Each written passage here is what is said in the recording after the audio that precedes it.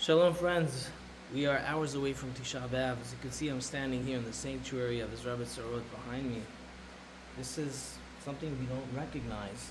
We have a minhag of turning the vestidas outward, inside out, not in the regular presentation and the beauty that we see them with every Shabbat that we read the Sefer Torah, rather out of a sign of mourning and for the loss of the temple, for the loss of the Bet HaMikdash. And you know, since October 7th, in every holiday that we have had, Purim, Hanukkah, Pesach, we would ask ourselves, how could we celebrate?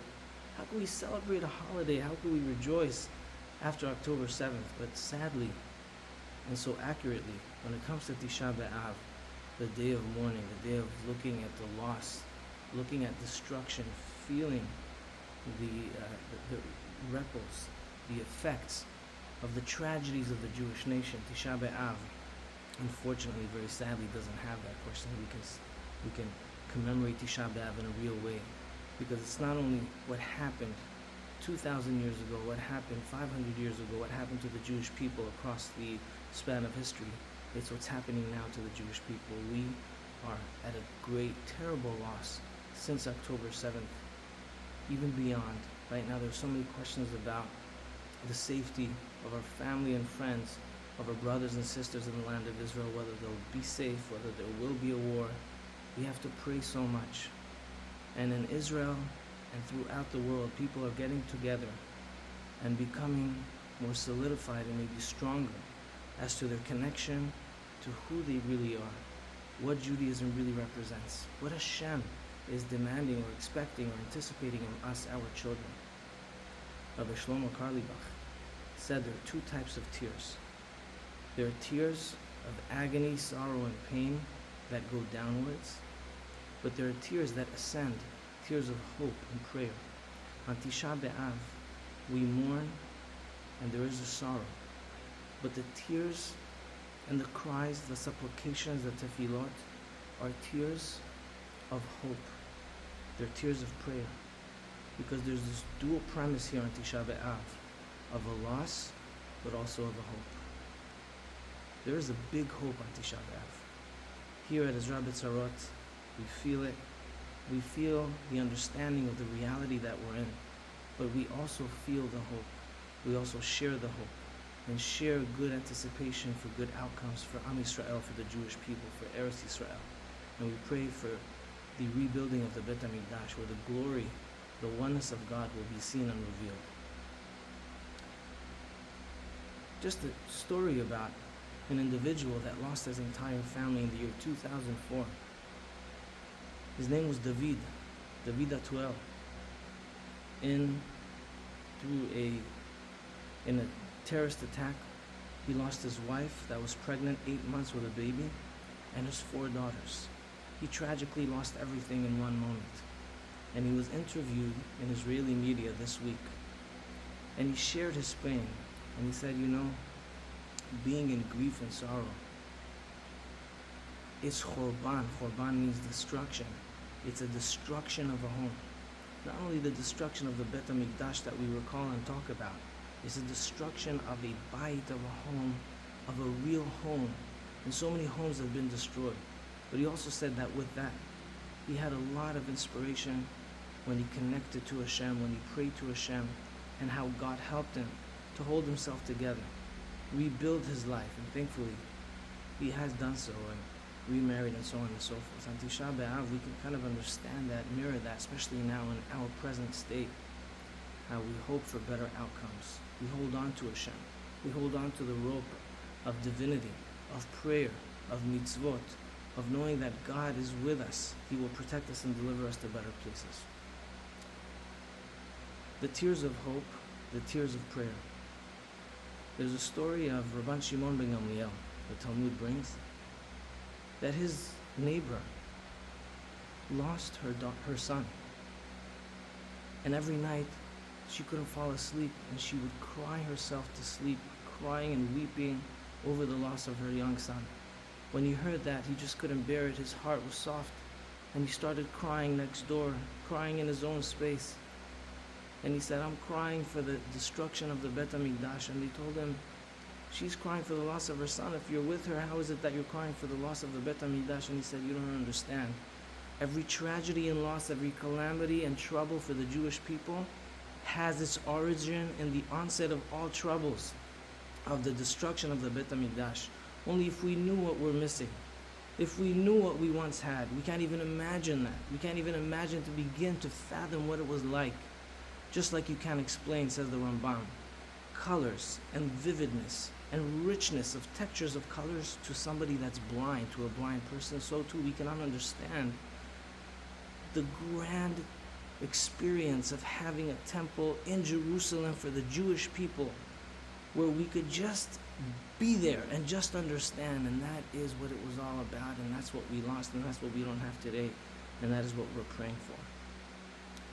There's a story of Rabbi Yochanan ben Zakkai that after the destruction amongst the ruins of the temple, he sees a young woman looking for barley inside the droppings of an animal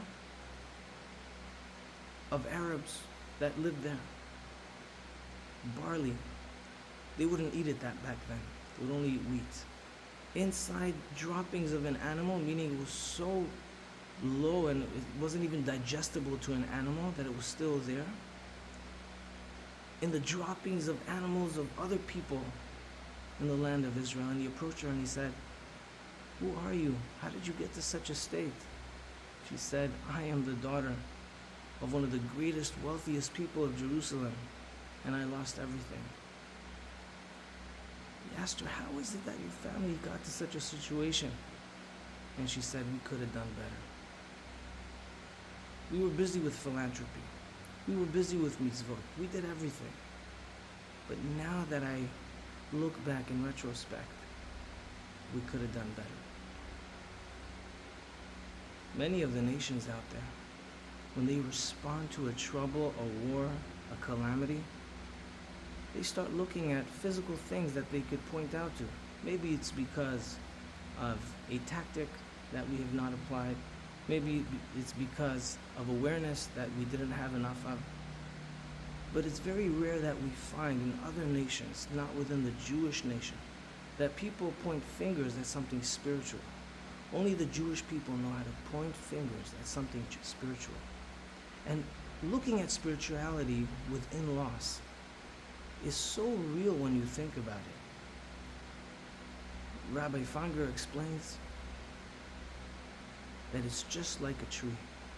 We all know it has deep-seated roots in the ground, but you can't see them. So too spirituality is the root of everything in our life. Whether we see it or not, it's there. And so, how do we respond in a spiritual fashion to what's been happening to the Jewish people for so many years and what we're experiencing now? Anshe Emunah Avadu, we lost people of faith, Ba'im Bekoach Ma'asem, that came and approached life with the merit or credit of their own good actions. Mipnei Chata'enu, because of the sins of our people, Galinu Me'atzenu, we have been exiled from our land. But we can all correct that. We can all build our own home, build ourselves. God appreciates and anticipates and looks for every single mitzvah that we do. And this year, as we're looking at the covers of the Sefer Torah that are inside out as a sign of mourning, we also know that at the other end of them, there's the beauty of the vestidos in its prime shine. And we anticipate with our actions to turn these over and to turn over all things bad into good with faith and good action. No matter what we've been practicing up until now, every little micro step upwards is so grand in the eyes of Hashem, in the eyes of God. And so on this Tisha Be'Av, we introspect, we apply mitzvot, we pray, we turn to God. We understand that there's spirituality behind everything in our life. And it is the beginning and core of all good things to come. And so our tears, our prayers and our cries are turned into those of hope and trust in Hashem for good days for the Jewish people. Please, this Tisha B'Av, pray pray to Hashem. Fast as much as you possibly can. Apply all the traditions that we have for this very particular day, where we don't shower, we don't wear leather shoes, we don't sit on chairs until midday tomorrow. Intimacy between husband and wife, all the things that we have to think about, and especially if you have children around, educate them about this day. Educate them about this very important milestone, that we don't forget where we came from. We're not only moving forward, but we're looking at the inside of the richness of our tradition, taking that along with us wherever we go, practicing and enhancing it. May we see good days and good news for the Jewish people. Rebuild our home inside. Rebuild our home in Jerusalem. Have unity and more proximity amongst each other. And with that, we shall see good, prosperous, and blessed days with the rebuilding of Jerusalem. Amen.